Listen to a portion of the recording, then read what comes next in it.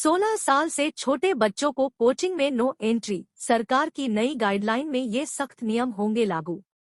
इन नई गाइडलाइंस के अनुसार अब कोई भी कहीं भी और कभी भी प्राइवेट कोचिंग सेंटर नहीं खोल पाएगा। इसके लिए सबसे पहले उसे रजिस्ट्रेशन कराना होगा। यही नहीं, अब कोचिंग सेंटर में 16 साल से कम उम्र के बच्चों को पढ़ाई के लिए नामांकन नहीं होगा। कोचिंग सेंटर किसी छात्र से मनमानी फीस भी नहीं वसूल सकेंगे। केंद्र ने ये गाइडलाइन देश भर में एनईटी या जी की तैयारी कर रहे छात्रों के बढ़ते सुसाइड मामलों और देश में बेलगाम कोचिंग सेंटर्स की मनमानी को लेकर दिया है।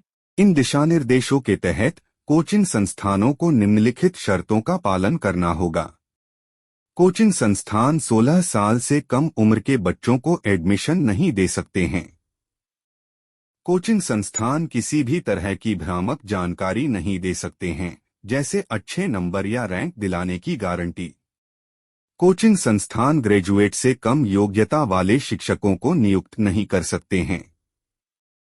कोचिंग संस्थान किसी भी ऐसे व्यक्ति को नियुक्त नहीं कर सकते हैं जो नैतिक कदाचार से जुड़े किसी भी अपराध के लिए दोषी ठहराया गया हो।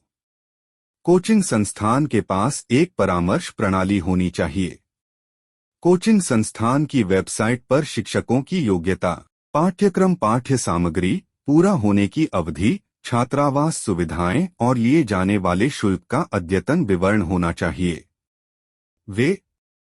उन्हें टेस्ट से पहले स्टूडेंट्स को उस टेस्ट के डिफिकल्टी लेवल के बारे में बताना होगा। उन्हें अन्य करियर ऑप्शंस के बारे में भी बताया जाए। मेंटल हेल्थ को लेकर समय समय पर वर्कशॉप का आयोजन किया जाए।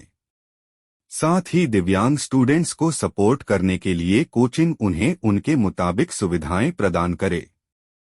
फीस 10 दिन के अंदर वापस करनी होगी। छात्र की उम्र 16 साल से कम होने पर सेकेंडरी स्कूल, माध्यमिक विद्यालय परीक्षा के बाद ही छात्र का रजिस्ट्रेशन होना चाहिए।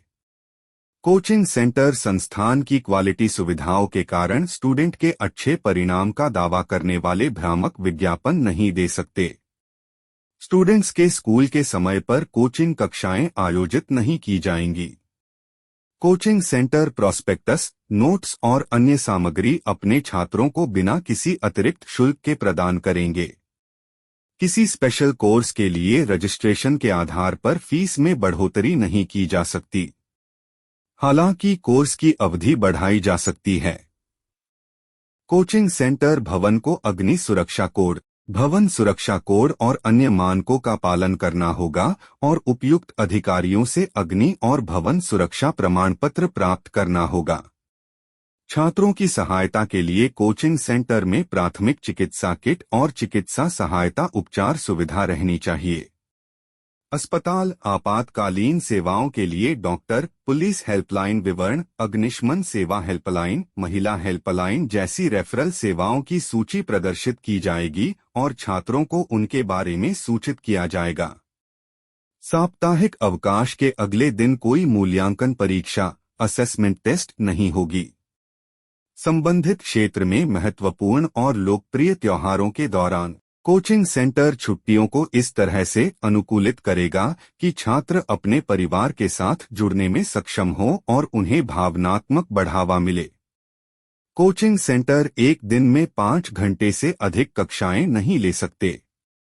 कोचिंग का समय न तो सुबह जल्दी होना चाहिए और न ही शाम को बहुत देर होना चाहिए।